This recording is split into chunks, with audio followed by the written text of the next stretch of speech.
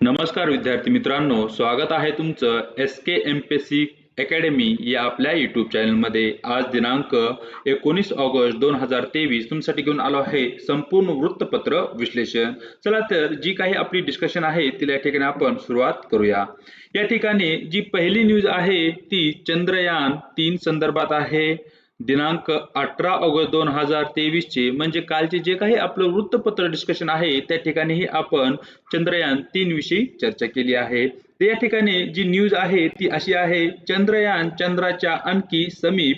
म्हणजे जे काही आपण 14 जुलै रोजी चंद्रयान-3 चे आपण प्रक्षेपण केले होते श्रीहरिकोटा येथील जे काही सतीश धवन अंतराळ केंद्र आहे या केंद्रातून ते चंद्रयान आता चंद्राच्या अगदी जवळ पोहोचले आहे।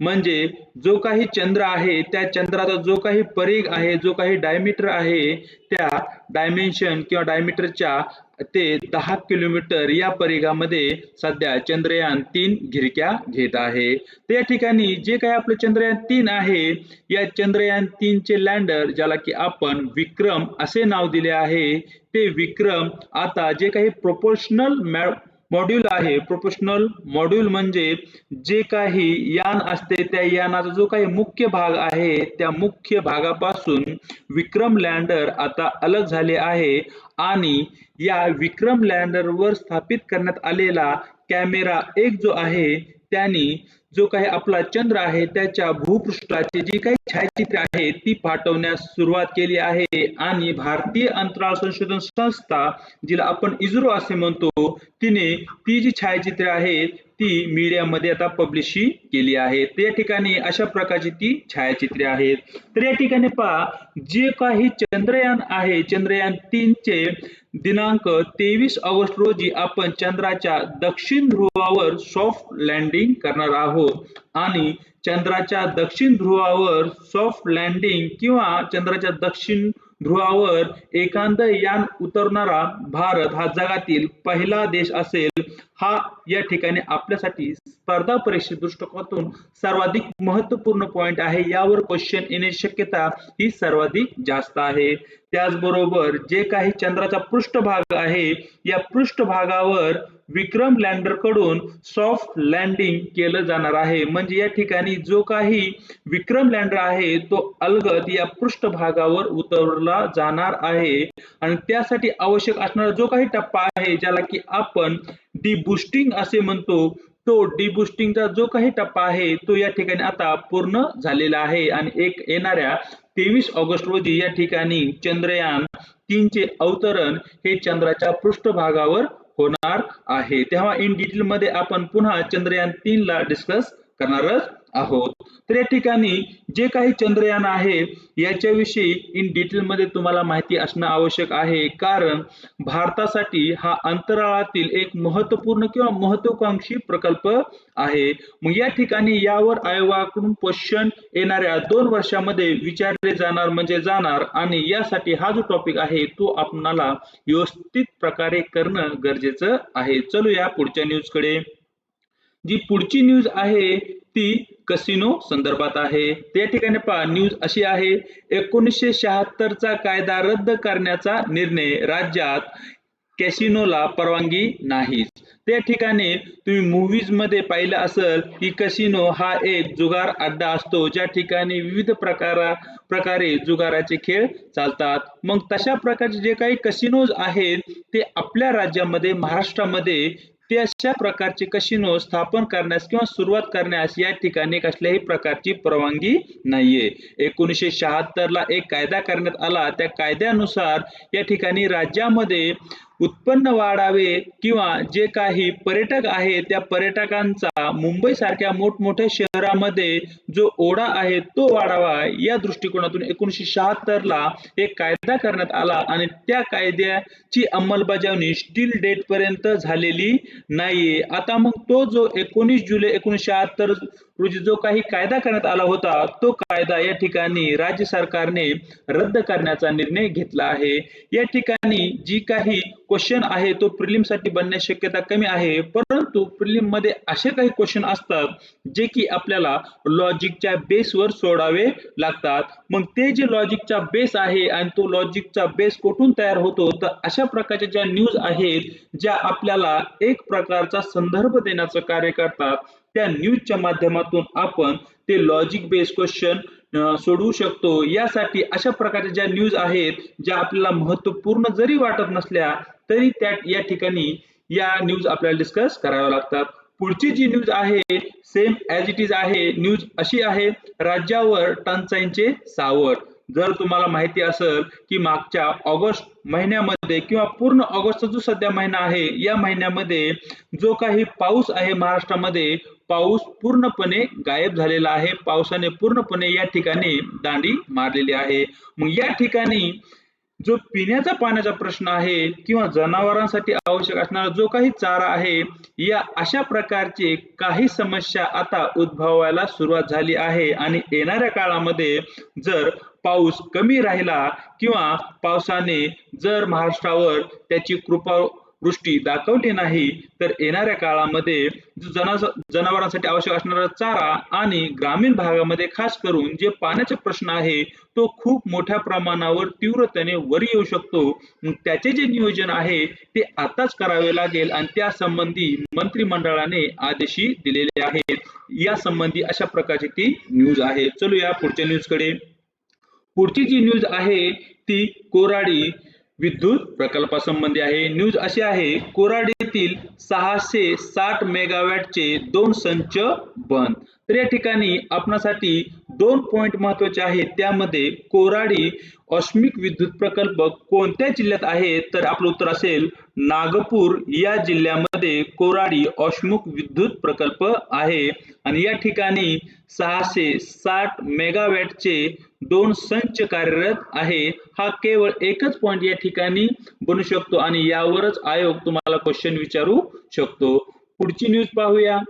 कर्जदारांसाठी निश्चित व्याजदराचा पर्याय खुला करा, अशा प्रकारचे आदेश रिझर्व्ह बँक ऑफ इंडिया जी की भारताची मध्यवर्ती बँक आहे त्या बँकेने दिलेले आहेत। तर या ठिकाणी पहा, जो काही आपण एखादी वस्तू खरेदी करतो किंवा घर खरेदी करतो, ती घर खरेदी करत असताना आपण बँकेकडून व्याज घेतो आणि जे काही व्याज आपण बँकेकडून घेतो त्याचा परतावा आपण EMI या स्वरूपात करत असतो, ज्याला की आपण समान मासिक हप्ता असे म्हणतो। मग या ठिकाणी जो काही EMI आहे आणि यावर बँकाकडून जो काही व्याजदर आकारला जातो तो व्याजदर निश्चित असावा, अशा प्रकारचे आदेश या ठिकाणी RBI कडून देण्यात आले आहेत। या ठिकाणी जो व्याजदर असेल तो निश्चित का, तर मुख्य प्रश्न म्हणजे आपणा सर्वांना माहिती असेल की जो काही कर्ज फेडीचे जे काही हप्ते आहेत त्याचा जो काही कालावधी असतो तो आपण 3 वर्ष किंवा 4 वर्षासाठी घेत असतो। मग या कालावधीमध्ये बऱ्याच वेळा जो काही व्याजदर आहे त्या व्याजदरामध्ये वाढ किंवा घट होऊ शकते। बँका जेव्हा व्याजदरामध्ये वाढ होते तेव्हा EMI चा जो काही हप्ता आहे तो या ठिकाणी वाढू शकतात, परंतु जेव्हा व्याजदरामध्ये घट होते तेव्हा तो हप्ता कमी केला जात नाही, याचा फटका ग्राहकांना बसतो। मग या ठिकाणी RBI ने सांगितलं आहे की जेव्हा तुम्ही एखाद्या ग्राहकाला लोन अप्रूव्हल द्याल तेव्हा तुम्हाला त्यावर जो काही व्याजदर आहे तो जो काही पर्टिक्युलर पिरियड आहे त्या पूर्ण पिरियडसाठी एकच असावा, असं या ठिकाणी बंधन या ठिकाणी RBI ने ज्या काही व्यापारी बँका आहेत त्या व्यापारी बँकांना या ठिकाणी घातलेलं दिसत आहे। चलूया पुढच्या न्यूज कडे। पुढची न्यूज आनंदाचा शिधा या संदर्भात आहे। न्यूज अशी आहे, गणेश उत्सवात आनंदाचा शिधा। तर या ठिकाणी सर्वाधिक महत्त्वाचा जो पॉइंट आहे तो म्हणजे आनंदाचा शिधा म्हणजे काय याविषयी आपल्याला माहिती असणं आवश्यक आहे। तर आनंदाचा शिधा ही जी काही आपल्याकडे अंत्योदय अन्न योजना आहे या योजनेमध्ये समाविष्ट, त्याचप्रमाणे ज्या नागरिकांकडे केशरी आणि पिवळ्या रंगाचे शिधापत्रिका असेल, शिधापत्रिका म्हणजे आपल्याकडे असणारे जे काही राशन कार्ड आहे ते राशन कार्ड, मग ज्या नागरिकांकडे महाराष्ट्रातील अंत्योदय अन्न योजनेत त्या नागरिकांचा समावेश आहे, त्याचबरोबर ज्यांच्याकडे केशरी आणि पिवळ्या रंगाचे राशन कार्ड आहे, अशा नागरिकांना गणेश उत्सव आणि दिवाळी या दोन उत्सवाच्या दरम्यान 100 रुपयामध्ये एक राशन किट दिली जाईल, जिला आपण राशन पिशवी असे म्हणतो किंवा ज्याला आपण राशन संच असे म्हणू शकतो. मग हा जो राशन संच असेल, या राशन संचामध्ये कोणकोणत्या घटकांचा समावेश असेल, तर यामध्ये जे काही नागरिक आहेत त्या नागरिकांना प्रत्येकी 1 किलो रवा दिला जाईल, 1 किलो हरभरा डाळ ज्याला की आपण चना डाळ म्हणतो ती डाळ दिली जाईल, 1 किलो साखर दिला जाईल आणि 1 लिटर खाद्य तेल दिलं जाईल या राशन किट मध्ये, आणि जी की नागरिकांना 100 रुपयामध्ये दिली जाईल. म्हणजे जे काही गरीब नागरिक आहेत, जे काही गरजू नागरिक आहेत, यांची दिवाळी या ठिकाणी गोड होईल. परंतु मागच्या वेळेस जेव्हा आनंदाचा शिधा ही जी योजना आहे जी राबवण्यात आली, तेव्हा या योजनेवर मोठ्या प्रमाणावर टीका करण्यात आली. टीकेचं कारण काय होतं? दिवाळी निमित्त जे काही आमदार खासदार आहेत त्यांनी त्यांच्या मतदारांना खुश करण्यासाठी डोंबिवली, ठाणे या ठिकाणी ज्या श्रीमंत लोकांच्या वस्ती आहेत त्या श्रीमंत लोकांच्या वस्तीमध्येही आनंदाचा शिधा ही जी किट आहे त्या किटचे वाटप केले. म्हणजे या ठिकाणी जे काही गरजू व्यक्ती आहेत किंवा ज्या लोकांना खऱ्या प्रमाणात या आनंदाचा शिधा या किटची गरज होती, त्या गरीब, आदिवासी, दलित किंवा जे काही गरीब व्यक्ती आहेत त्यांच्यापर्यंत तो आनंदाचा शिधा या ठिकाणी पोहोचलाच नाही, अशा प्रकारची टीका त्यावेळी करण्यात आली होती. मग या ठिकाणी राज्य सरकार समोर एक आव्हान आहे की यामध्ये जो काही आनंदाचा शिधा आहे, ही जी किट आहे ती गरजू व्यक्तीपर्यंत कशा प्रकारे पोहोचेल, हे एक आव्हान या ठिकाणी राज्य सरकार समोर आहे. येणाऱ्या काळामध्ये याविषयी आपल्याला माहिती मिळेल, तेव्हा इन डिटेल मध्ये तो पॉइंट आपण डिस्कस करणार आहोत. पुढची जी न्यूज आहे ती आदिवासी रस्ते संदर्भात आहे. न्यूज अशी आहे, आदिवासी पाडे मुख्य रस्त्यांना जोडणार, अशा प्रकारची ती न्यूज आहे. तर या ठिकाणी जे काही राज्य सरकार आहे, राज्य सरकारने या ठिकाणी जे काही आदिवासींची जी काही पाडे आहेत किंवा जे काही वाड्या आहेत त्या वाड्यांना मुख्य रस्त्यांशी जोडण्याची एक योजना आणली आहे, आणि त्या योजनेचे जे नाव आहे ते म्हणजे भगवान बिरसा मुंडा जोड रस्ते योजना. या योजनेविषयी तुम्हाला माहिती असणं आवश्यक आहे. सर्वाधिक महत्त्वाचा पॉइंट म्हणजे भगवान बिरसा मुंडा जोड रस्ते योजना ही नेमकी कशा संबंधी आहे, तर यावरून तुम्हाला एक लक्षात आलं पाहिजे की भगवान बिरसा मुंडा यांनी जे काही आदिवासी समाज आहे, आदिवासी समाजातील लोकांसाठी कार्य केले, म्हणून त्यांच्या नावावरून आदिवासी जे काही वाडे असतील, पाडे असतील, यांना मुख्य रस्त्याशी जोडण्यासंबंधी ती योजना आहे. आणि या योजनेसाठी आवश्यक असणारी जी काही निधीची तरतूद आहे ती 5,000 कोटी रुपये करण्यात आली आहे. आणि भगवान बिरसा मुंडा जोड रस्ते योजना ही राज्य सरकारच्या अंतर्गत राबवली जाणारी योजना आहे. अशा प्रकारे जे महत्वपूर्ण पॉइंट आहेत, हा राज्य सरकारची योजना आहे, हा सर्वाधिक महत्वाचा पॉइंट. आणि त्यानंतर जो महत्वाचा पॉइंट आहे तो म्हणजे ही आदिवासी वाडे आणि पाडे यांना मुख्य रस्त्यांना जोडणारी ती एक योजना आहे. तर अशा प्रकारे मित्रांनो, दिनांक 19 ऑगस्ट जे काही महत्वपूर्ण वृत्तपत्र डिस्कशन आहे ते या ठिकाणी आपण केलेलं आहे. व्हिडिओ जर तुम्हाला आवडला असेल तर व्हिडिओला लाईक करायचे.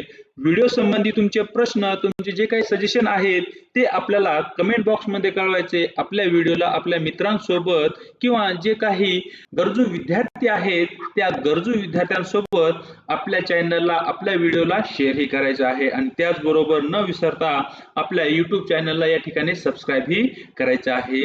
या संबंधी जी काही PDF आहे ती तुम्हाला आपल्या टेलिग्राम चॅनल वरती भेटून जाईल. आपल्या टेलिग्राम चॅनल जी काही लिंक आहे ती डिस्क्रिप्शन बॉक्स मध्ये देण्यात आली आहे. तर आज इथेच थांबत आहोत. भेटूया एका नवीन व्हिडिओ सोबत.